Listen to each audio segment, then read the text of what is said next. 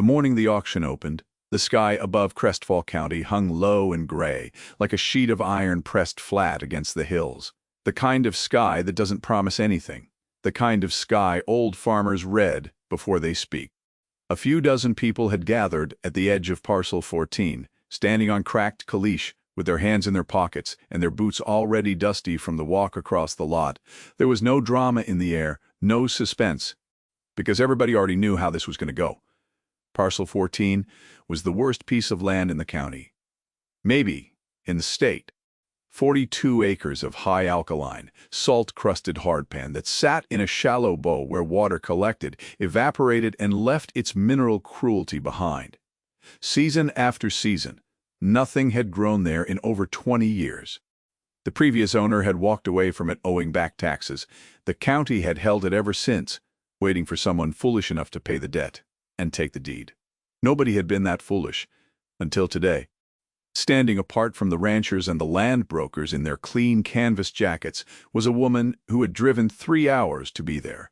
Her name was Vera Collis. She was 53 years old. She wore a faded canvas coat that had belonged to someone else before it was hers. She carried a manila envelope under one arm, worn soft at the corners like it had been handled 1,000 times. She was not from Crestfall County originally, but she knew this land. She had known it since she was 9 years old. She did not speak to anyone at the auction. She watched the county representative, a man named District Assessor Gareth Lund, step up to the portable table they had set out near the road. He wore a pressed blue shirt. His boots were clean. He moved with the specific confidence of a man who has never been wrong about anything small enough that it could be proven. He read the parcel description into his clipboard like it was a formality, which it was. 42 acres. Alkaline soil index rated at 9.4. No active water rights. No structures. Minimum opening bid set at the delinquent tax amount, $4,300. He paused and looked up at the crowd. What the crowd looked back at him the way people look at something they have already decided not to want. Lund cleared his throat. Nobody moved. He asked if there were any opening bids. Vera raised her hand. There was a particular quality to the quiet that followed, not the quiet of boredom, the quiet of surprise. A few of the ranchers turned to look at her. One of them, a broad man named Castle, who ran the biggest beef operation in the county, made a sound in his throat that was not quite a laugh. Another man leaned toward his neighbor and said something low. Vera did not look at any of them. She told Lund her bid amount. He wrote it down. Nobody countered. There was no reason to counter. Castle looked at the cracked earth under his boot, then looked at the woman in the old canvas coat, and he did something that passed as a smile. He said, loud enough for the people around him to hear, that he hoped she brought a miracle in that envelope, because she was going to need one. A few people chuckled. Vera said nothing. Lund finalized the bid. He handed her a receipt. She tucked it into the envelope and walked back to her truck. The auction for Parcel 14 had lasted 4 minutes. What nobody standing on that cracked hardpan knew that morning was that Vera Collis had been planning this purchase for 11 years. And what nobody knew beyond that was that the envelope she carried did not hold desperation. It held something far older. Something that changed what this land was worth entirely. Not to the county, not to the ranchers. To the families of every single person who had watched her drive away and laughed. She had first come to Parcel 14 in the late summer when she was 9 years old, in the cab of her grandfather's truck, which smelled of diesel and dried hay. Her grandfather, a man named Owen Collis, had leased a portion of land adjacent to Parcel 14 for 30 years. He ran a modest grain operation, not profitable enough to expand, not desperate enough to quit. He was the kind of farmer who moved slowly through the world because he had learned that speed was for people who hadn't made enough mistakes yet. That late summer afternoon, Owen had parked the truck at the edge of the shallow bowl that would one day be listed as Parcel 14, and he had pointed out across the white-crusted soil. He told her what she was looking at. He told her about the salt. He told her the old ranchers had given up on it 40 years before him. He told her how water pooled there because the land dipped, and how the sun pulled the moisture back up through the clay and left the minerals behind. year after year, building up like a debt nobody planned to pay. Then he told her something else. He pulled a folded paper from his shirt pocket, and he opened it on the steering wheel, and he showed her. She had not understood all of it then. She was 9. But she remembered his voice when he pointed to a specific section of the document. He told her there were certain salt-tolerant grain varieties that had been developed decades earlier by a university extension program operating out of the county. He told her those varieties had actually been field-tested in high alkaline conditions similar to Parcel 14. He told her the results of those tests had been cataloged, then quietly shelved when the extension program lost its funding and the university pulled its support and the whole effort got buried under institutional forgetting.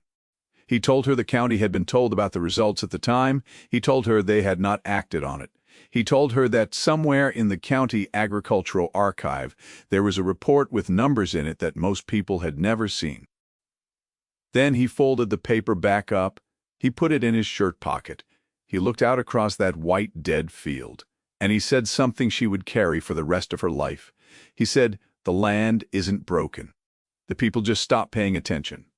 Owen Collis died when Vera was 26. He left her his journals, his field records, and a sealed envelope he had labeled in his handwriting. For the right moment. She had not opened that envelope for 7 years after his death. She was not ready. She was farming a smaller parcel further north, managing debt, watching her margins, learning the things you only learn by losing money slowly. She opened it on a Sunday morning in early March, sitting at her kitchen table with coffee going cold beside her. Inside was the folded paper from the truck, the same one he had shown her when she was 9. Beside it was a handwritten note in Owen's careful, unhurried script. He told her the land in the shallow bowl would come up for auction. Eventually, county parcels always did. He told her the University Extension Archive still held the original field trial data from the Alkaline Grain Project. He told her the variety that had performed best in those trials was a heritage barley strain that had since been quietly reintroduced through a small seed preservation network operating out of a land-grant institution 2 states over. He told her what the yield projections had shown, even in soil worse than Parcel 14, and then he told her the rest of it, the part that changed everything. He told her that 31 years earlier, when the county had been deciding whether to invest in the alkaline reclamation trials, the project had been killed, not because the science was weak. It had been killed because a consortium of large ranching operations in the county had lobbied the county agricultural board to redirect the extension funding toward pasture improvement programs that benefited their existing operations. He had attended the board meeting. He had seen the vote. He had kept the minutes. They were in the envelope. 3 pages, stapled together, with a county seal on the front page and the vote recorded in black ink. End. The grant money had been redirected. The alkaline trial had been defunded. The land had been written off. And the families who held small parcels adjacent to that bowl, families who might have benefited from the reclamation research, had gone on struggling with diminished land values and reduced access to county agricultural support programs for the 30 years that followed. Owen had never said a word publicly, not because he was afraid, because he was waiting for the right moment. He just hadn't lived long enough to see it. Now the envelope was in Vera's hands. She sat with it for a long time. And the coffee went fully cold. Then she made a list. It took her 4 years to assemble everything properly. She was not in a hurry. She had learned from Owen that patience was not the absence of urgency. It was the discipline to move only when your footing was solid. She contacted the University Extension Archive directly and requested access to the original alkaline grain trial records under a public research inquiry. The archivist who processed her request was a quiet, methodical woman named Dr. Iris Tanaka, who had been cataloging agricultural heritage records for 22 years. Dr. Tanaka confirmed the records existed. She confirmed the trial data was intact. She confirmed the performance numbers for the heritage barley strain. Then she told Vera something that had not been in Owen's note. "Just please." The data had been cross-referenced in a subsequent internal county agricultural report prepared 14 years after the original trial. That report had noted, in a single paragraph buried in an appendix, that the original trial results had never been communicated to small parcel holders in the high alkaline zones. It had recommended a correction. The recommendation had never been actioned. The report had been filed. Nobody had followed up. Dr. Tanaka provided certified copies of both documents. Vera added them to the envelope. She also spent 2 seasons running her own quiet trial on a small test plot she had prepared on the edge of her northern parcel, using soil samples she had collected from Parcel 14 during one of several visits she had made to the land before the auction. She amended the test plot soil to match the alkaline profile. She sourced the heritage barley seed through the preservation network Owen had mentioned. She planted, she waited, she kept records. The barley grew. Not immediately, not easily. There were weeks that looked like failure, but the roots went down. The stalks came up thin and then thickened. By the second season, her test plot was producing yields that matched the lower range of the original trial projections. She photographed everything. She had the soil tested before and after by a licensed agricultural lab. She kept every receipt, every bag tag, every field note. When she drove to the Crestfall County auction that gray morning with her worn envelope, there were now 47 pages inside it, including 3 independent soil analysis reports, 2 certified copies of archived county documents, a seed provenance record, her own field trial data, the original board meeting minutes, and Owen's note. She did not go back to Parcel 14 immediately after the auction. She went home first. She spent 2 weeks preparing the land access plan and arranging a meeting with the county agricultural board. She had requested the meeting through formal channels 3 weeks before the auction, anticipating she would own the land by then. The request had been noted and scheduled, without much attention. The County Agricultural Board met quarterly in a low-ceilinged room in the Crestfall Municipal Building. The room smelled of old carpet and photocopier toner. There were 7 board members. Most of them were longtime county residents with ties to the larger ranching operations.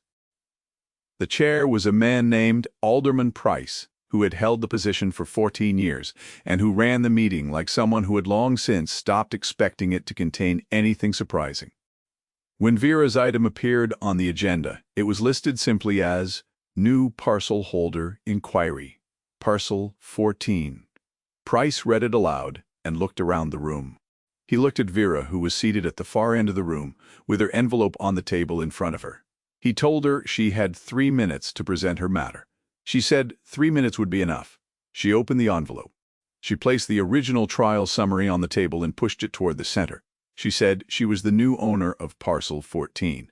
She said she intended to plant it with a heritage barley strain under an alkaline reclamation protocol. She said the county's own archived research supported the viability of this approach. She said she was formally requesting that the board acknowledge the existence of the 1991 alkaline grain trial data and the 2005 internal county agricultural report. And she said she was formally requesting that the board address the outstanding recommendation in that 2005 report regarding the failure to communicate original trial results to small parcel holders in high alkaline zones. She said it all in under 2 minutes. Then she waited. Price looked at the paper she had placed on the table. He did not pick it up immediately. He looked at her instead. He said the county was not in a position to relitigate historical decisions made by previous board compositions. He said the land in question had been assessed and disposed of through proper auction procedure. He said if she wanted farming assistance, she could apply through standard county extension programs. His tone was polished and procedurally airtight and carried just enough warmth to avoid being called cold. It was the tone of a man who had closed dozens of conversations exactly this way and expected this one to close the same. Vera said she understood. She reached into the envelope and placed a second document on the table, the board meeting minutes from 1991. She said she was not asking the board to relitigate. She was asking the board to complete an action it had already recommended in 2005. That was not relitigating history. That was finishing unfinished business. The room changed. Not dramatically, not loudly, but the particular quality of its silence shifted. Two of the board members leaned forward almost simultaneously. One of them picked up the minutes. She read the first page. She turned to the second. Price watched her. He asked where Vera had obtained those documents. Vera said they were part of the county's public agricultural archive. She said they had been cataloged and were available on request. She said she had the certification numbers from the archivist if he needed them. He said he was not disputing their authenticity. He said he was simply noting that historical board decisions reflected the circumstances and information available at the time. He said it was not the board's role to correct the priorities of administrations that no longer existed. One of the other board members, a younger woman named Councilwoman Deering, who had joined the board 2 years prior, asked to see the 2005 report. Vera slid it across the table without a word. Deering read the appendix paragraph. She read it twice. She set it down and looked at Price. She said this recommendation was made by our own board's predecessor, and it was never actioned. Price said that many recommendations in archived reports had not been actioned for reasons that were not always documented. He said the board was not obligated to implement every suggestion from every historical document in the county archive. His tone had shifted slightly. It was still controlled, but the efficiency behind it had developed a faint edge, the way a clean surface does when light hits it from a new angle. Vera reached into the envelope again. She placed her own field trial data on the table. 2 seasons of records, soil tests before and after, yield measurements, seed provenance documentation. She said, the trial data from 1991 was accurate. I have replicated the core findings independently. The heritage barley performs in high alkaline soil under managed conditions. She paused. She said, that means 30 years of parcel holders in the high alkaline zones of this county made land management decisions without access to research their own county, had conducted, and then buried. Then she placed one more document on the table, a list of 23 families who had held small parcels adjacent to or within the high alkaline zone classification over the past 30 years. Many of them had sold at significant losses. Several had left farming altogether. 4 had filed hardship exemptions with the county during the same period. The extension programs were being directed away from their type of land. She did not say anything dramatic about the list. She set it down and she sat back. The room held its silence like a field holds frost. Price looked at the list. He looked at it the way a man looks at something he recognizes but had not expected to see in this particular light. He said he would need to refer the matter to the county solicitor's office for a procedural review. Vera said she understood. She said she had already submitted a parallel inquiry to the State Agricultural Oversight Office, which had the authority to review county extension fund allocation decisions. She said the state review had been acknowledged and was pending. She said she was informing the board as a professional courtesy. She said she was not looking for an adversarial process. She was looking for acknowledgement and correction. That was all. She closed the envelope. Price looked at it. Then he looked at her. Something in his face moved. Not collapse, not admission. Just the faint, specific adjustment of a man who has just understood that the conversation he believed he was controlling had, at some point he could not precisely identify, stopped being his. 3 weeks later, the county solicitor's office completed its preliminary review. The finding was straightforward. The 2005 internal report contained a formal board recommendation. That recommendation had not been implemented. There was no documented reason for its non-implementation. The recommendation remained technically active. The State Agricultural Oversight Office confirmed it had received Vera's inquiry and was reviewing the extension fund allocation records from 1991. It had also noted that the 2005 report met the threshold for a formal corrective action review. The county board convened an emergency session. Price called Vera before the session and told her the board wanted to discuss a resolution.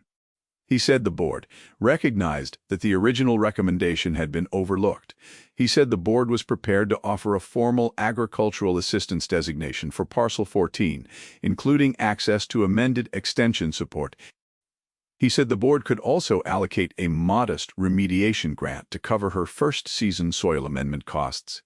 He said this was the board's good faith effort to address the matter without the extended process of a state review. Vera listened to all of it. She was quiet for a moment. Then she said, "I appreciate that, but the assistance, designation, and the grant apply only to my parcel. What about the 23 families on the list?" There was a pause on the line. Price said that was a more complex matter, that addressing historical hardship claims for multiple parties would require a process the board was not empowered to initiate unilaterally. Vera said she understood that. She said she was not asking the board to compensate anyone. She was asking the board to formally acknowledge, in the public record, that the 1991 defunding had occurred as documented, that the 2005 recommendation had been identified and not actioned, and that the county would now establish a formal alkaline land reclamation program, open to any current or former parcel holder in the affected zone, through the county extension office. She said not money, recognition, and a path forward. Another silence. Then Price said he would bring it to the board. The emergency session took 4 hours. The vote was 5-2. The formal acknowledgement was entered into the county record. The alkaline reclamation program was approved. Dr. Iris Tanaka, the archivist, was invited to present the original 1991 trial data at the first public session of the program. She accepted. Vera drove home that evening on empty county roads with the window down and the cold air coming in off the fields. The envelope was on the passenger seat. Empty now because everything that had been inside it was either filed with the county, filed with the state, or no longer needed.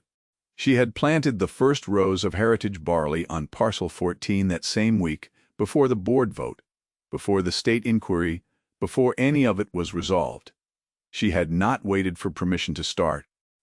She had waited only long enough to be sure she was standing on solid ground. She did not plant as a gesture. She planted because the soil was ready and the season was right, and waiting any longer would have been waste. Owen had taught her that you do not hold the seed back once the ground is prepared. The morning after the board vote, she drove out to Parcel 14 before the light was full. She stood at the edge of the field and looked out across it. The rows were small, barely visible. The salt crust at the far edges of the bowl still caught the early gray light and threw it back in flat, cold glints. It did not look like a beginning. It looked like work. That was fine. She had never confused the two. She pulled her coat tighter and walked the rows slowly. The ground was firm under her boots, but not as hard as it had been the first day. The soil amendments had started their work. She crouched at the end of the second row and pressed 2 fingers into the earth. She felt the change. Not dramatic, not a miracle, just the quiet, incremental shift of soil being given what it had needed for a long time. She stood back up. She looked at the field for a long moment. Some victories arrive quietly, not with noise or ceremony, but with the particular satisfaction of a thing returning to what it was always supposed to be. The ranchers in Crestfall County would spend the following growing season watching Parcel 14, with the specific discomfort of people who are not sure whether to hope something fails or to begin revising their understanding of what is possible. By the second season, 3 families from the original list of 23 had enrolled in the county's new alkaline reclamation program. By the third, 2 of them had planted heritage barley of their own on parcels they had written off a decade earlier. Castle, the broad rancher who had made his not quite a laugh sound at the auction, drove past Parcel 14 one afternoon in early summer and saw the green rows standing. He sat with his truck idling at the road's edge for a while. He didn't get out, he just looked. Then he drove on. He did not say anything about it to anyone. But 2 months later, he called the county extension office and asked a quiet question about the alkaline reclamation program. He did not give his name. He didn't need to. The woman who answered recognized his voice. She told him the information was public and freely available. She sent him the program documentation. He read it that same night. Vera did not know this. She was not watching for it. She was not keeping score. She was farming. She was doing what her grandfather had taught her to do. She was paying attention. Owen had kept his records because he believed truth needed a keeper. He had waited because he believed the moment mattered as much as the action. He had left her the envelope, not as a weapon, but as a duty. She had carried it. She had done what it asked. The land beneath her boots was the same land it had always been, cracked and salt-scarred and slow, but it was hers now. And for the first time in 30 years, something was growing in it. Not because a corporation had decided it was viable, not because a grant had made it fashionable, because one woman had paid attention when everyone else had looked away, because her grandfather had written it down. Because the ground remembered what the people had forgotten. That is the way it usually happens. Not loudly, not with a headline. With patience and a seed and a morning early enough that no one else is watching. Before we leave Crestfall County behind, there is one more story worth sitting with. It begins in a different county, in a different season. A man named Gerald Hart walks into a rural water district office carrying an envelope of his own. Inside, it is a lease agreement his father signed in 1963 and a clause that the water district has been collecting fees against for 41 years without ever noticing what that clause actually says. The district manager is confident. The matter has been settled, she tells him. Completely and finally settled. Gerald puts the envelope on the counter. He is calm. He has been carrying this a long time.